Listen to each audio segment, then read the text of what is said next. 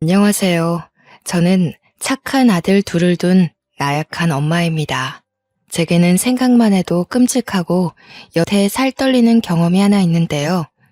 아직도 그때의 기억을 털어내지 못하고 가끔씩 악몽을 꿉니다. 두 번 다시 겪고 싶지 않은 일을 지나오면서 제 스스로가 정말 쓸모없고 나약한 존재라고 생각했어요. 두 아이의 엄마로서 전혀 그 노릇을 못했고 무능하기 짝이 없다고 자책을 많이 했죠. 한때는 엄마의 자격이 없다고 여기며 정말 큰일 날 생각까지 했던 사람입니다. 그때마다 제 곁에서 정신 차릴 수 있도록 따끔하게 충격을 준 남편 덕분에 끝내 기회를 다시 얻었네요. 이 글을 쓸 수 있게 되기까지 마음적인 여유를 얻는 데에 굉장한 시간이 걸렸습니다. 이제는 2년 전의 이야기가 되어버린 저의 끔찍한 과거를 지금 청취자들에게 들려드리고자 합니다. 저희 부부는 중국집 가게를 하는 사장입니다. 남편과 함께 신혼 때부터 계획해서 차린 중국집인데요. 한자리에서 제법 오래 했고 매상을 차곡차곡 부지런히 올려 제법 살림을 넉넉하게 살고 있었죠. 위치가 초중고 모여있는 근방에 있었기에 손님은 늘 끊이지 않았어요. 학교에서 배달을 시킬 때도 많고 가족 단위의 손님들이 학교 주변에서 외식하면 만만하게 들여다보는 곳이 저희 중국집이었거든요. 특히 입학식과 졸업식엔 아주 난리가 난답니다. 휴일이 없다 보니까 저희 부부는 평일 낮에 조금 한산할 경우가 휴일이나 다름없었어요. 어떨 때는 피곤해서 하루 정도 쉬고 싶기도 합니다. 사람이라면 아무리 돈 잘 버는 장사치라도 놀고 싶잖아요. 드러눕고 싶기도 하고. 그럼에도 저희 부부는 늘 손님들께 파이팅 넘친다는 소리를 많이 들었는데요.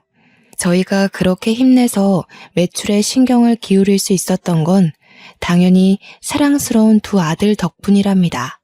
저희 애들은 특히 짜장면을 좋아해요. 아들 둘은 매번 부모님이 짜장면 집을 해서 너무 좋다고 해맑게 얘기를 하더라고요. 아들들이 말하기를 자기들 반에서 저희 부부가 제일 갖고 싶은 부모님으로 소문이 났다지 뭡니까. 아들 친구들이 하나같이 저희 아들을 보고 매일 짜장면을 공짜로 먹을 수 있어서 좋겠다고 그렇게 부러워한대요. 자식들이 저렇게 저희를 자랑스러워하고 좋아하는데 저희가 어떻게 힘이 안 생기겠습니까? 자식들만 보면 없던 힘도 생긴다는 저의 친정 부모님 말이 자식을 낳고 보니까 완전 이해가 되더라고요. 건강하게만 자라줘도 너무 좋은데 저희 부부가 또 하나 복받은 게 뭐냐면요. 저희 아들들은 연년생인데도 싸우지 않고 참 사이가 좋았다는 거예요. 쌍둥이처럼 똑 닮아서 사람들이 볼 때마다 쌍둥이 아니냐고 묻기도 하는데 보통은 형제 자매가 그런 소리를 들으면 서로 기분 상해하지 않습니까? 그런데 저희 아들들은 사람들한테 그런 소리 듣는 걸 되게 좋아하고 즐겼다는 겁니다. 형제 애가 남다르게 좀 강했어요.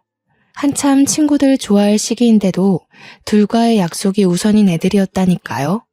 둘이서 놀 땐 웬만한 사이좋은 딸아이들처럼 매일 붙어 다니면서 얌전히 불록놀이를 한답니다. 부모라면 내 새끼들이 싸우지 말고 사이좋게 지내길 바라잖아요. 솔직히 둘째를 가지고 성별이 남자아이란 걸 알았을 때 내심 첫째와 자주 싸우게 될까봐 걱정했거든요. 그런데 첫째가 둘째한테 먼저 많이 양보하다 보니까 둘째도 자연스레 그걸 배워서 형을 챙기더군요. 저희가 시킨 적도 없는데 알아서 서로를 챙기고 위해주니 얼마나 뿌듯한지 모릅니다. 둘째가 초등학교를 입학하고부터는 첫째랑 둘이서 학교까지 나란히 같이 다니게 되었는데요. 1살 차이라지만 첫째가 워낙 듬직했기 때문에 저와 남편은 얼른 둘째가 학교를 다니길 기다리고 있었습니다. 둘째가 아직 유치원 졸업을 못했을 땐 늘 제가 일을 하다 말고 데리러 갔었거든요. 일이 바쁠 때 항상 아이 하원이 겹쳤는데 남편 혼자 두고 얼른 나갔다 오는 것도 생각보다 곤란한 일이더라고요. 그런데 아들들이 같이 학교를 다니니까 첫째가 알아서 둘째를 데리고 학교를 하는 겁니다. 이마저도 첫째한테 부탁한 일이 아니었어요. 말 그대로 첫째가 알아서 둘째를 챙겨 나오고 있더군요.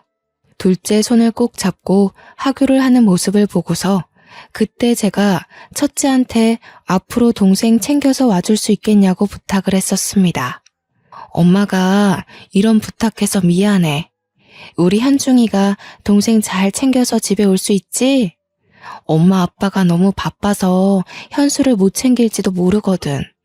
현중이가 형으로서 한번 책임져 볼래? 그런 건 걱정 마. 현수 마치는 시간이랑 내가 마치는 시간이랑 비슷해서 별로 어렵지 않아. 현수한테도 혹시 먼저 마치게 되면 우리 반에 오라고 했거든. 현수도 알겠대. 우리가 무슨 복이 있어서 이렇게 듬직한 아들들을 낳았을까. 현중이 덕분에 엄마 아빠가 더 힘내서 짜장면 팔 수 있겠다. 고마워 아들. 첫째가 흔쾌히 허락해주는 덕에 저는 남편과 장사에 좀 더 신경을 쓸 수 있었어요. 그리고 저희에겐 이웃이기도 했고 같은 학부모 입장이기도 한 측근 부부가 있었습니다. 저희 가게 옆에 나란히 장난감 가게 하나가 있었어요. 같이 장사하는 입장에서 오다 가다 마주치는 덕에 친해진 이웃들이죠. 그 사람들과는 자녀 학교가 같은지라 학부모 교육이나 모임이 있으면 시간 맞춰 같이 갈 정도로 친했습니다.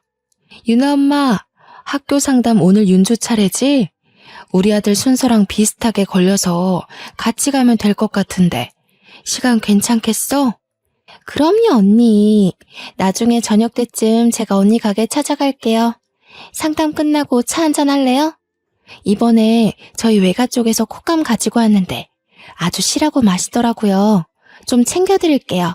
맛있는 거 있으면 늘 나눠 먹고 서로의 자녀들을 내 자녀처럼 돌봐주기도 했습니다. 너무 고맙게도 우리 아들들 생일이 되면 그 집에서 장난감도 하나씩 선물을 해주곤 했어요. 직접 골라서 원하는 걸 갖게 해주었는데 그날만 되면 아들들이 아침부터 기뻐 날뜁니다. 장난감 받는 날이라면서 마치 산타 할아버지한테 선물 받는 것처럼 행복해했죠. 아들이 둘인 저희와 달리 그쪽은 딸이 둘이었는데요. 저희처럼 연년생은 아니었고 첫째 딸이 우리 첫째 아들과 동갑이고 둘째 딸이 아직 유치원을 다니고 있었습니다. 서로 거리가 가깝다 보니까 자연스레 아이들 4명이서 서로를 잘 어울려 놀게 되더라고요. 따로 소개해 준 적도 없는데 자기들끼리 이미 친한 걸 보고 역시 아이들 친화력은 남다르다고 생각했죠. 또 아이들 입장에선 얼마나 재미있는 환경이겠습니까? 조금만 왔다 갔다 하면 부모님 가게를 탐방할 수 있고 더 가면 학교 놀이터에서 놀 수도 있고 서로 늦게까지 놀더라도 집이 가까우니 금방 귀가할 수 있으니 말입니다. 저희 아들들은 물론이고 장난감 가게 딸내미들에게도 짜장면을 무상으로 많이 제공해 줬습니다. 맛있는 거 좋아할 나이들이다 보니 딸아이들도 자기 집에 가서 밥을 안 먹고 꼭 저희 가게로 와 중국 음식으로 해결하더군요. 아이들 건강에 해라도 될까봐 제가 나름 조절해서 식사를 챙겨주기도 했네요. 한날은 장난감집 둘째 딸이 짜장면을 먹는데 온 얼굴에 범벅을 해놨더라고요. 어머 유나야, 아이고 세상에 너희 엄마 아빠가 보면 시겁하겠다. 예쁜 옷도 다 버려놨네. 안 되겠다. 이러고 가면 내가 네 엄마한테 욕먹겠어. 이모랑 같이 씻으러 가자. 저는 그대로 아이를 달랑 들어서 2층으로 올라가 샤워까지 시켰습니다. 옷이 다 더러워져서 당장에 갈아입을 옷은 없고 타올로 둘둘 감고 제 외투로 감싸 안아서 장난감 가게까지 뛰어갔던 걸로 기억합니다. 그때 그 집 가게 사모님이랑 얼마나 웃어댔는지 몰라요. 그 집에서 고맙다고 말하다가도 자기 딸내미 몰골을 보면서 귀엽다고 엄청 사진을 찍었습니다. 지나고 생각해보니 그 당시 참 즐겁고 평화로운 날들을 보냈었네요. 아이들 넷은 주로 학교 앞 놀이터에서 놀곤 했습니다. 아무래도 놀거리가 가장 많은 곳은 놀이터이지 않습니까? 놀이터는 저희 가게에서 횡단보도 하나만 건너면 바로 있어요. 항상 시간과 약속을 잘 지키면서 놀던 아이들이기에 부모 되는 저희 입장에서 걱정이 좀 덜했던 것 같습니다. 정해진 시간까지 놀고 와서 저희 집에서 같이 밥 먹고 해산하는 게 아이들의 패턴이었죠. 둘째들은 휴대폰이 없었지만 첫째 2명은 휴대폰을 가지고 있었기에 연락이 가능하다는 점에서 어른들이 조금 더 안도했습니다. 그랬기 때문에 아이들에겐 늘 문제가 없었고 매일 같은 일상이라 그날의 실수는 더더욱 상상하지 못했어요. 지금도 당시만 생각하면 그렇게 심장이 떨립니다. 이날 제 목숨이 끊어진 것과 다름이 없는 일이 발생한 것인데요. 한날 장난감 가게 부부를 저희 중국집으로 초대해서 브레이크 타임에 같이 담소를 나누고 있던 적이 있었습니다. 한참 놀고 있어야 할 아이들이 갑자기 허둥지둥 소리를 지르며 들이닥치는 겁니다. 엄마, 아빠, 어떤 아저씨들이 현수 잡아갔어요. 문방구에 유나 젤리 산다고 같이 갔다가 유나가 울면서 혼자 돌아왔는데 현수가 잡혀갔다고 그랬어요. 원래 유나를 데려가려고 했는데 현수가 구해주다가 현수가 잡혀갔대. 우리가 다 같이 가봤는데 이미 현수가 없어져서 못 찾았어. 아이들이 서로 큰 소리로 자기의 의견부터 앞세우고 옆에서 유나까지 오느라 뭐라고 얘기를 하는지 다들 처음엔 바로 알아듣지 못했습니다. 응? 뭐라고? 한 사람씩 얘기해봐. 뭐 재미난 일 있었던 거야? 다들 얼굴에 땀이 장난 아니네. 오늘 단체로 목욕시켜야겠어. 이때만 해도 다들 남편 말에 하하호호 웃기만 했던 걸로 기억합니다. 그런데 엄마라면 자식이 잘못된 상황에 대한 촉이란 게 있잖아요. 그 난잡하고 정신없는 상황에서 제 온몸의 털이 바짝 솟는 겁니다. 남편을 포함해서 장난감 가게 부부들도 아이들을 우선 진정시키는 데에 신경을 기울인 반면 저는 가게를 당장 박차고 나갔습니다. 중구난방한 아이들의 주장에서 제 둘째 아들의 위험한 신호를 알아들었거든요. 제가 가장 먼저 가게를 뛰쳐나왔고 뒤늦게 아이들에게서 상황을 제대로 듣고 따라 나온 남편과 장난감 가게 부부가 시겁하며 같이 뛰었습니다. 저희들 모두는 우리 첫째가 알려주는 곳으로 정신없이 달려갔어요. 그러니까 아이들 말은 골목 쪽에서 차 한 대가 나타났고 원래는 유나를 데려가려 했는데 같이 있던 제 둘째 아들이 그걸 말리다가 아저씨 다리를 깨물었고 그것에 화난 아저씨가 유나를 버리고 제 아들을 잡아갔다. 그렇게 설명을 해주었습니다. 그 말을 듣는데 순간 머릿속이 새하얘지는 게 아니겠어요? 다리에 힘이 풀리고 심장이 내려앉아 정신을 차릴 수가 없더라고요. 어떡해 여보, 우리 현수 어떡해. 잘못된 거 아니야? 이게 대체 무슨 일인 거야. 빨리 찾아야 돼. 이러고 있을 시간 없어. 경찰 불러 얼른. 남편도 사태의 심각성에 놀란 듯 했지만 제가 정신없이 우니까 일단 저를 진정시키려 하더군요. 저는 애꿎은 남편을 붙잡고서 다 필요 없으니까 당장 경찰한테 전화 좀 해달라고 소리만 질렀습니다. 옆에서 장난감 가게 부부가 대신 신고를 해주었고 얼마 뒤 경찰이 우리를 태우러 왔어요. 경찰과 함께 확인한 놀이터 근방 CCTV에는 검정색 차는 잡히지만 담장에 가려 아이들의 모습은 보이지 않았습니다. 안타깝게도 차가 다닐 수 있는 골목임에도 불구하고 사각지대였던 겁니다. 경찰이 곤란해하는 눈짓을 보곤 정말 실신할 정도로 정신을 놓을 것 같았네요. 저희가 다 같이 경찰서로 오는 바람에 어쩔 수 없이 아이들도 같이 데려왔는데요.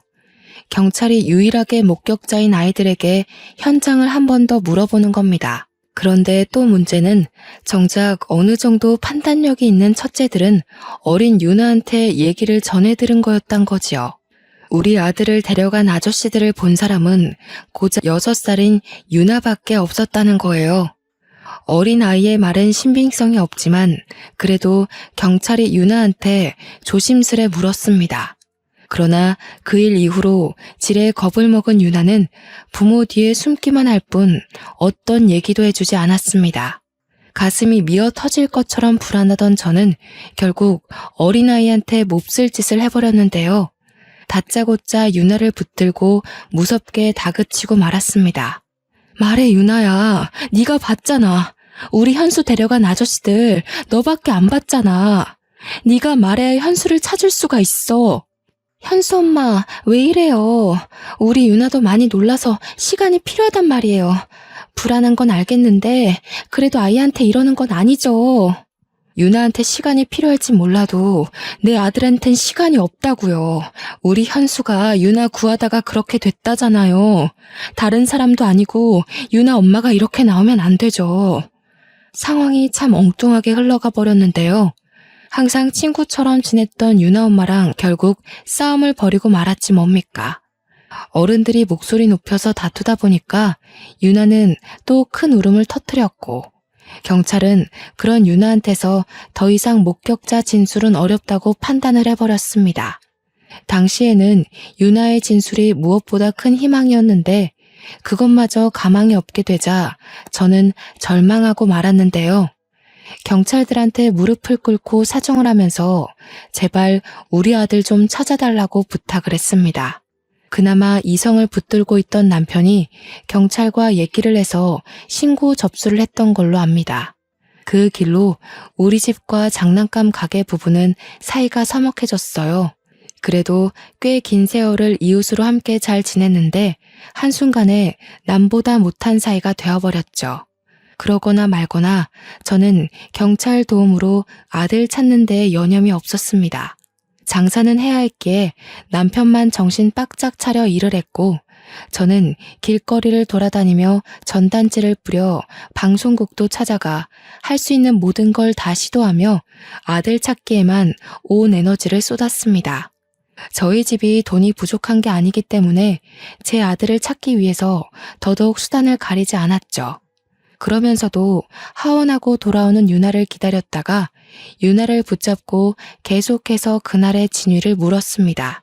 유나야, 아직도 말해줄 생각이 없는 거니? 우리 현수는 너 구하려다가 사라졌는데 너는 뭐가 그렇게 무서워서 입을 꾹 닫고 있는 거야? 이모가 불쌍하지도 않아? 유나가 기억나는 거 조금만 얘기해줘도 현수 오빠 찾을 수 있어. 응? 그만하세요, 아줌마. 저희 엄마가 아줌마 만나서 얘기하지 말라고 그랬어요. 제 동생 그날 이후로 잠도 제대로 못 자요. 엄마가 최대한 그날을 잊는 게 좋다고 저보고도 얘기하지 말라고 했어요. 뭐? 지금 너희들은 다 무사하다고 이렇게 모른 척하는 거야? 우리 현수가 유나를 무슨 마음으로 구했는데 어떻게 우리한테 이럴 수가 있어? 유나가 잠을 제대로 못 잔다고? 그럼 우리 현수는, 집에도 못 오고 있는 우리 현수는 얼마나 무섭겠어. 아이들한테 화풀이를 해서는 안 되는 거였는데 어른답지 못하게 고작 9살과 6살짜리 애들을 붙잡고 성질을 내버렸습니다. 그냥 너무 화가 났던 것 같아요. 우리 아들이 좋은 마음으로 유나를 도와줬을 걸 알기 때문에 마냥 모른 척 그날을 덮으려고 하는 유나 식구들이 밉더라고요. 제가 울분을 터뜨리자 윤주가 유나를 슬쩍 당기며 제게서 떨어뜨려 놓았습니다. 그대로 저한테서 도망쳐 부모님을 부르며 집으로 달려갔죠. 저만 이 상황이 답답했던 겁니까? 유나네 부모님들은 같은 어른이 돼서 어떻게 이럴 수 있답니까? 자기 딸을 살리다가 우리 아들이 변을 당한 건데 어쩜 이리 모르쇠하고 있을 수 있어요? 하루 이틀 지날 때마다 커져가는 불안감을 이기지 못하고 저는 장난감 가게까지 찾아가서 난동 부리길 여러 번 했던 것 같습니다. 유나 엄마, 좀 나와 봐요. 유나 엄마가 어떻게 우리한테 이래요? 우리 아들이 왜 그런 변을 당했는지 알면 유나 엄마가 이러면 안 되는 거잖아요. 유나네 식구만큼은 이 상황을 모른 척하면 안 되는 거 아니에요? 여보, 이러지 마. 사정 이해 못하는 거 아니잖아. 여기서 이런다고 우리 아들 일이 해결되는 게 아니야. 그만하고 나랑 같이 계속 알아보자. 말이 안 되잖아. 우리 아들이 왜 그렇게 됐는데 관련 없는 사람들도 아니고 유나가 우리 아들을 봤어. 유나랑 내 아들이 같이 있었다고. 내가 이렇게라도 안 하면 우리 아들을 정말 찾지 못할 것 같아서 이러지. 제가 동네에 떠나가도록 소리를 지르고 오열을 하고 욕을 해도 유나 부모는 코빼기도 모습을 비추지 않았습니다. 그럼에도 양심은 있는지 저를 경찰에 신고까진 안 하더라고요. 그냥 문을 걸어 잠그고 제가 지쳐서 떠날 때까지 두들기도록 내버려 두기만 했습니다.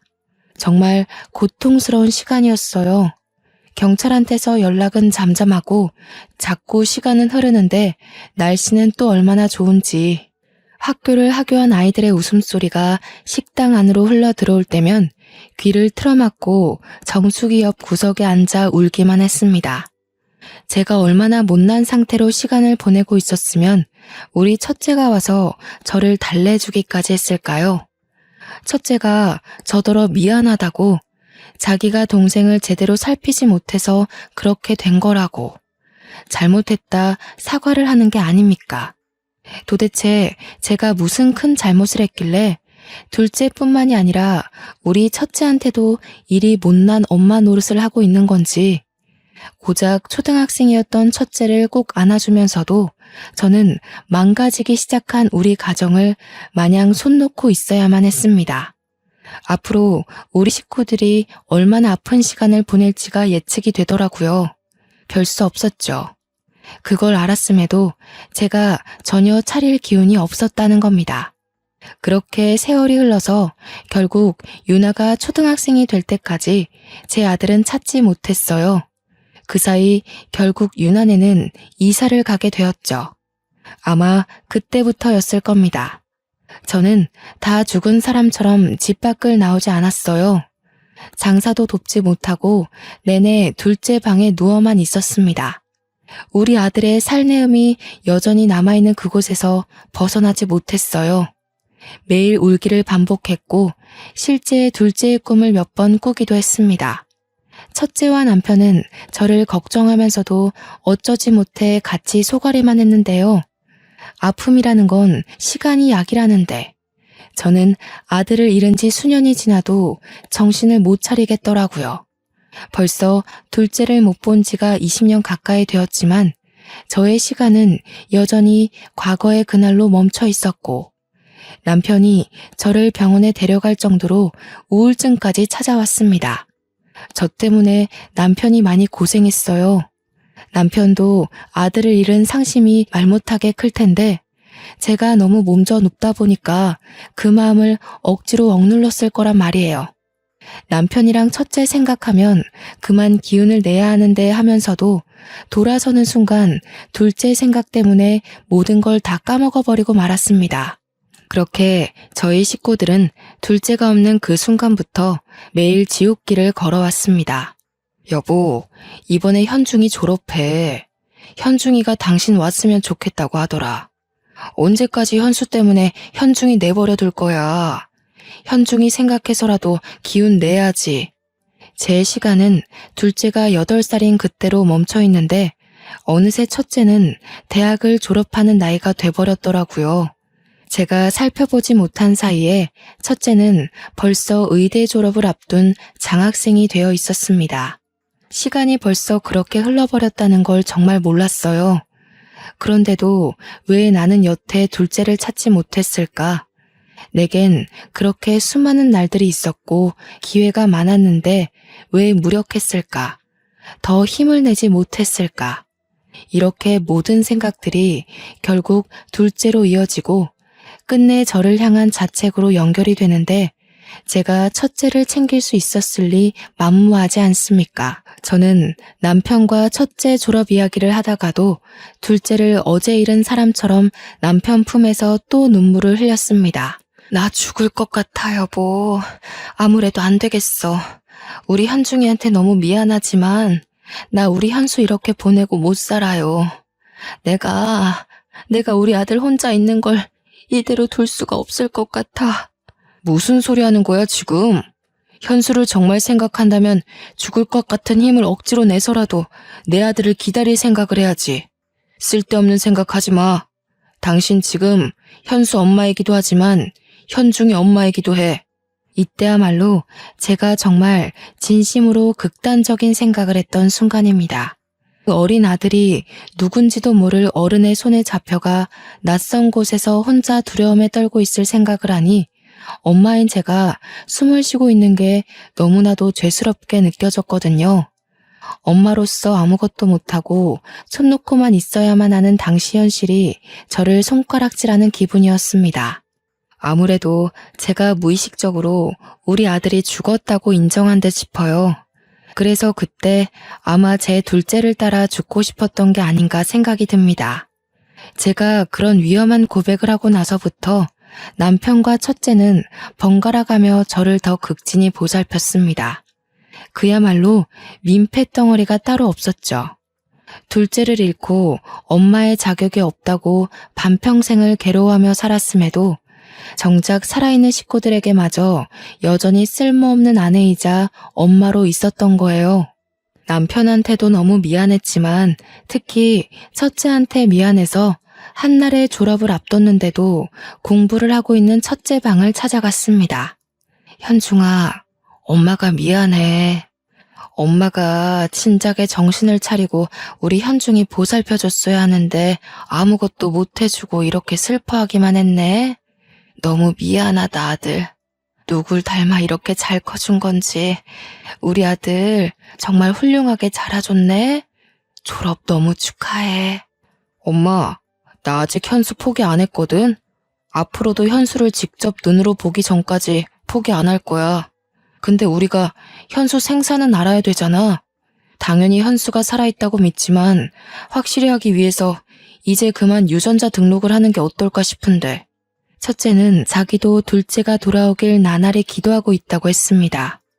동생을 지켜주지 못했다는 사실에 첫째도 그날이 꽤 트라우마로 남아있는 것 같았어요. 그러면서도 과연 정말로 동생이 살아있을까 그런 걱정 때문에 늘상 무거운 책임을 안고 있는 듯 했죠. 저는 첫째가 하고자 하는 말이 무슨 뜻인지 못 알아듣는 게 아니었습니다. 단지 둘째의 죽음을 받아들이기가 겁이 나서 차마 경찰서에 유전자 등록을 못했던 거예요. 하지만 이젠 정말 때가 왔고 더는 저 하나 때문에 식구들까지 괴롭게 할 수 없다고 생각했습니다. 그래, 그러자. 우리 현수 그만 보내주자. 현수도 이해할 거야. 우리 가족이 현수를 잊지 않고 늘 함께라는 걸 다 알고 있을 거야. 저는 끝내 첫째의 제안을 받아들였고 둘째를 찾는 것에 대해 마지막을 직감하고서 눈물을 터뜨리고 말았습니다. 그렇게 첫째의 도움을 받아 둘째 아들을 신고했던 경찰서로 가서 유전자 등록을 신청했어요. 경찰서에선 국과수에 연결해 신고 당시 맡겼던 둘째의 유전자 데이터가 남아있는지 찾기 시작했고 근 20년을 기다린 아들의 죽음을 오롯이 제가 감당하기 힘들 것 같아 연락받을 전화번호로 남편의 것을 남기고 돌아왔습니다. 돌아오는 길 아들은 학교일 때문에 잠시 샛길로 빠졌고 남편은 장사를 하고 있는 시점에서 저는 학교 놀이터로 방향을 꺾었습니다. 둘째를 잃고 나서 한 번도 와보지 않았던 그 놀이터를 걸으며 우리 아들이 뛰어놀았던 곳곳을 둘러봤어요. 아이의 얼굴이 잊히지도 않고 속속들이 떠오르더라고요. 한 번만이라도 좋으니 마지막 인사라도 해주고 보내고 싶은데 장례도 치르지 못하고 불쌍하게 보내줘야 하는 우리 둘째를 생각하며 저는 겨우 기억하고 있는 추억들을 정리하고 있었습니다. 그러나 이제 그만 놔줘야 된다고 마음을 먹었는데도 불구하고 또 금세 가슴을 쥐어뜯고 말았는데요. 그렇게 한참 동안 쭈그려 앉은 채로 손바닥에 얼굴을 묻고 있다가 잠깐 고개를 들었습니다. 그러자마자 제 눈에 들어온 한 사람이 있었는데 마주보면 보이는 벤치 옆으로 웬 아가씨 한 명이 서 있더군요. 분명 놀이터의 소수 아이들 말고는 어른이라곤 저밖에 없었거든요. 아가씨가 제 눈에 들어온 이유는 다름 아닌 아가씨가 저를 보고 있었기 때문이었어요. 우연한 눈맞춤이라고 치부하기엔 아가씨의 눈길이 꽤 끈질기게 제게 붙어 있었습니다. 처음에는 제가 너무 뜬금없이 울고 있어서 이상하게 보는 건가 싶었어요. 그래서 오히려 마음을 추스르며 앉은 자리에서 일어났죠. 눈길을 돌리며 눈마국을 정리했습니다. 그런데 슬쩍 다시 본 아가씨 또한 저처럼 울기라도 했는지 눈가를 훔치면서 돌아서더라고요. 그냥 그러려니 생각하며 넘길 수 있는 일이라고 볼 수도 있으나 그때의 제 느낌은 좀 달랐습니다. 제 기분상 아가씨가 분명 저를 알고 있는 사람 같았고 그게 마치 제 사정 또한 알고 있다는 걸로 느껴졌어요. 그러니까 꼭 우리 둘째의 사고를 같이 슬퍼하는 것처럼 보였다는 거죠. 그 생각이 들자마자 떠오른 한 사람이 있었는데요. 바로 유나라는 아이였습니다. 유나는 우리 둘째보다 2살이 어렸으니까 아마 저 여자처럼 아가씨가 다 되었을 겁니다. 저는 뒤늦게 일어나 급히 아가씨가 사라진 도로 쪽으로 달렸는데요. 이미 인파 속으로 묻힌 아가씨의 흔적은 찾을 수 없는 지경이 되어버렸습니다. 과연 그 아가씨가 정말로 유나였을까요? 그날의 기억은 아직까지도 의문으로 남는 일이네요. 국과수에서 연락 주기로 한 당일이 되었을 때 저는 마지막으로 둘째 아들의 이불을 개면서 짐을 하나씩 정리하고 있었습니다. 그런데 다짜고짜 남편이 문 부서질 듯 활짝 열고서 급히 뛰어들어오는 거 아니겠습니까? 그러면서 하는 말이 유전자 검사 의뢰한 거 경찰한테서 연락이 왔다고 하는 겁니다. 남편이 제 손을 꼭 잡고 눈물을 보이면서 하는 말에 저는 또 한 번 머릿속이 텅 비워져 버렸습니다. 여보, 현수가 살아있대. 경찰이 지금 위치 파악 중이야. 어떻게 이럴 수가 있지? 우리 현수가 정말 장하게 버텨준 거야. 거 봐. 우리 아들 살아있을 거라고 했잖아. 이제 다 끝났어. 여보, 더 이상 마음고생 안 해도 돼. 정말 고생했어. 남편의 말을 듣는데 지금 제가 꿈을 꾸고 있는 건지 판가름하기까지 오래 걸렸습니다. 남편이 울면서 저를 품에 안아주었을 때야 저는 모든 사실을 실감했죠. 그게 정말이야? 정말 우리 아들이 살아있대? 어디? 치리대. 당장 가봐야겠어. 여보, 나 좀 아들한테 데려다줘. 경찰이 연락 줄 거야. 아마 하루 정도는 걸릴 거라고 했어. 이제 막 추적 들어갔다고 찾는 건 지금부터래.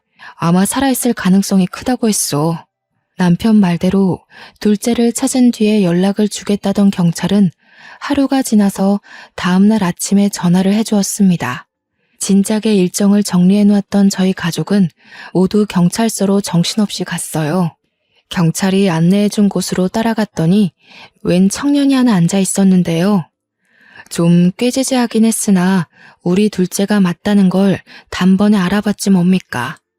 너무 많이 커버렸지만 제가 바로 알아볼 수 있었던 이유는 바로 첫째와 쌍둥이처럼 똑 닮은 얼굴 때문이었습니다. 현수야, 아이고 감사합니다. 하느님 너무 감사합니다. 우리 현수 고생 많이 했지. 엄마가 늦게 찾아서 미안해. 이렇게 살아있는 줄도 모르고 엄마가 더 노력하지 못했어. 고맙다.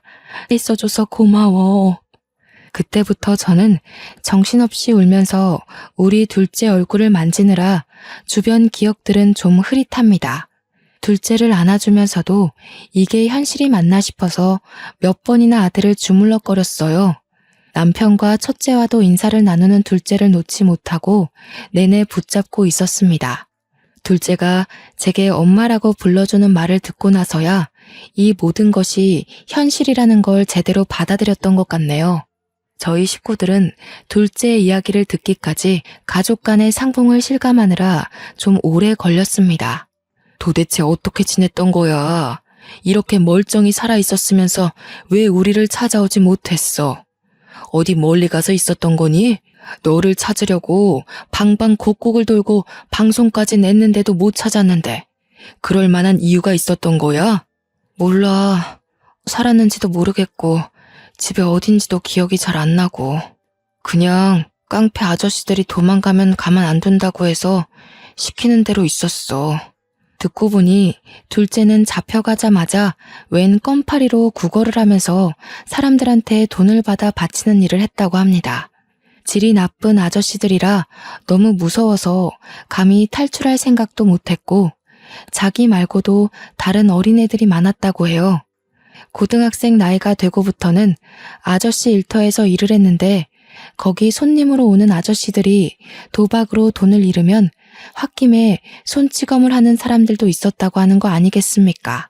그 소리를 듣는데 얼마나 억장이 무너지던지. 아들 손을 잡고 있는 내내 두 손이 우리 남편 손보다 거칠어서 한참 문질렀던 것 같아요. 심지어 둘째는 이름도 바뀌어 있었습니다. 그래서 저희랑 경찰이 더 찾지 못했던 거였어요. 그래도 유전자 검사 덕분에 둘째의 신원이 밝혀졌고 그 바람에 둘째가 있었다던 도박장이 다 털렸다고 해요. 형사가 들이닥쳐서 거기 도박쟁이들이 죄다 잡혀온 걸로 알고 있습니다. 얼마나 고생을 했으면 애가 이렇게 삐쩍 말랐을까. 어디 아픈 데는 없니? 그동안 많이 힘들었지. 이젠 아무 걱정하지 마. 엄마가 다 해결해 줄게. 저를 잊었을 거라고 생각했어요. 찾지 않길래 원망도 했지만 제가 이름까지 바뀌어 버렸으니까 못 찾을 수도 있겠구나 하면서 이해도 되고, 또 살다 보니까 원래 이렇게 사는 게 익숙하기도 했던 것 같고. 그럴 리가 있겠어? 네가 우리 식구한테 얼마나 소중한 가족인데. 엄마 아빠가 정말 노력 많이 했어. 너가 없고 나서부터 하루도 편하게 지낸 날이 없다고. 나도 내 선에서 너 찾으려고 많이 알아보기도 했고, 그 노력이 부족했을 수도 있지만 절대 잊어버린 게 아니라는 것만 알아줘. 둘째가 저희 부부에겐 존댓말을 썼지만 첫째한테는 그래도 반말을 하더라고요. 부모와의 애와 형제의 애가 다르다는 게 이런 부분에서도 뭔가 작용하나 봅니다. 둘째는 형이 주는 손길을 잡고서 내내 참고 있던 눈물을 터뜨렸어요. 부모도 부모지만 형과의 추억이 제법 길고 강하게 남은 것 같아 그마저도 얼마나 다행인지 몰라요. 그렇게 한참을 가족끼리 대화를 나누고 있는데 중간에 경찰이 오더니 둘째한테 무언가를 보여주더라고요. 다행히 몽타주가 일치하는 사람도 같이 잡혀왔네요. 보아하니 상습범이더라고요. 배현수 씨 잡아간 사람 이렇게 생긴 사람 맞나요? 둘째는 형사가 보여주는 몽타주를 보면서 완전히 똑같은 건 아니지만 대충 그렇다고 했습니다. 실 사진도 아닌데 몽타주만 보고도 둘째가 겁을 먹더라고요. 그래서 제가 아이의 손을 더 세게 잡아주었죠. 헌데 경찰이 보여주는 몽타주에서 좀 의아한 부분이 있었습니다.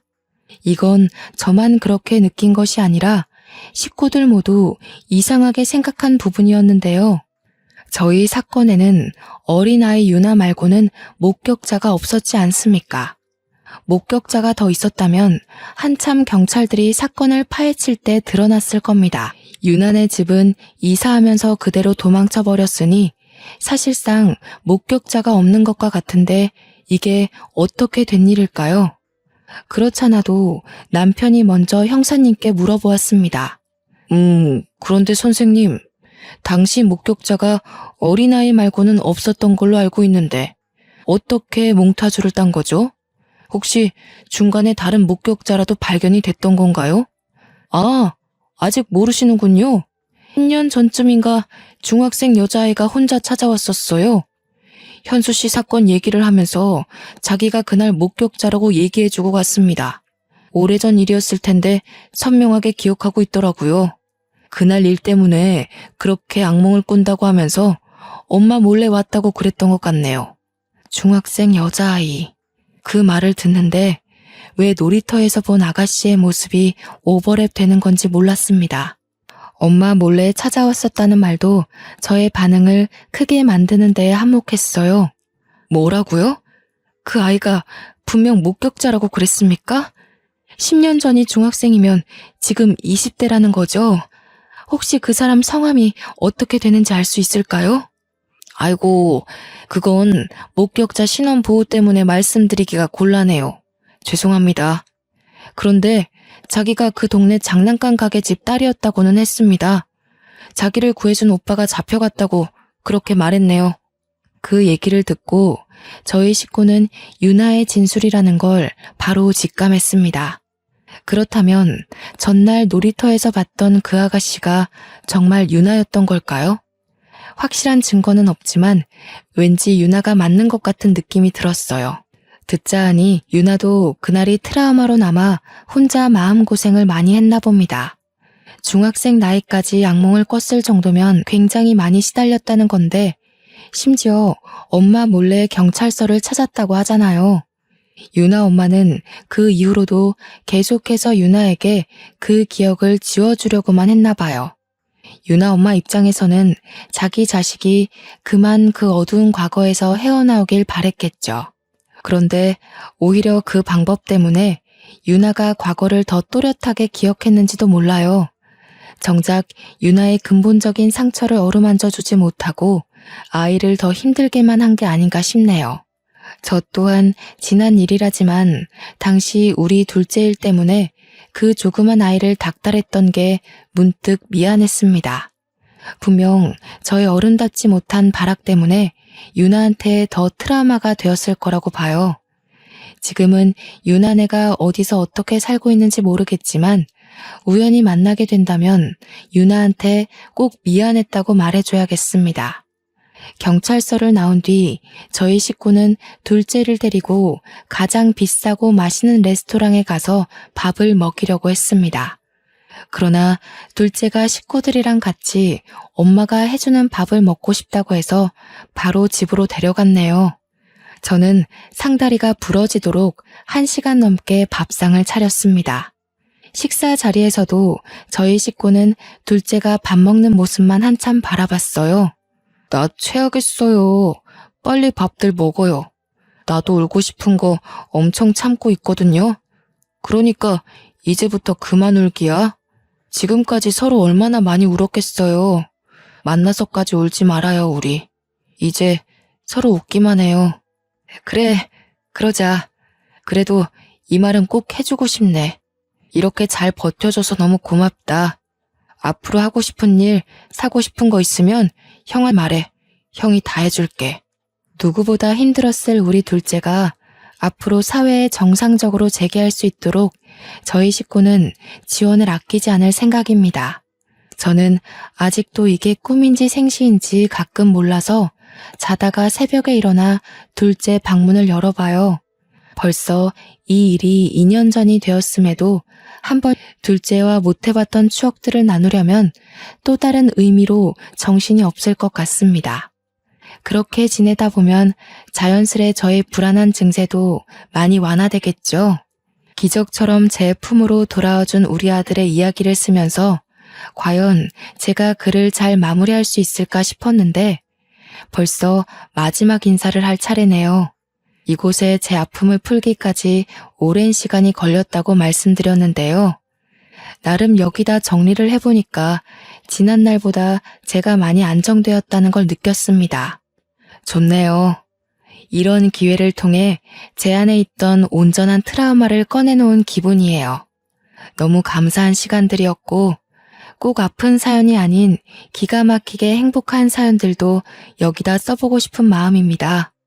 이런 좋은 기회가 존재하는 것도 다 감상해주는 청취자분들이 존재하기 때문이겠죠. 청취자분들의 관심 덕분에 저뿐만 아니라 모든 사연자들이 치유를 받고 가는 게 아닌가 싶습니다. 오늘도 역시 또 하나의 사연을 경청하여 들어주셔서 감사하고요. 하시는 일 늘 번창하시기를 바라겠습니다. 그럼 이만 인사드릴게요.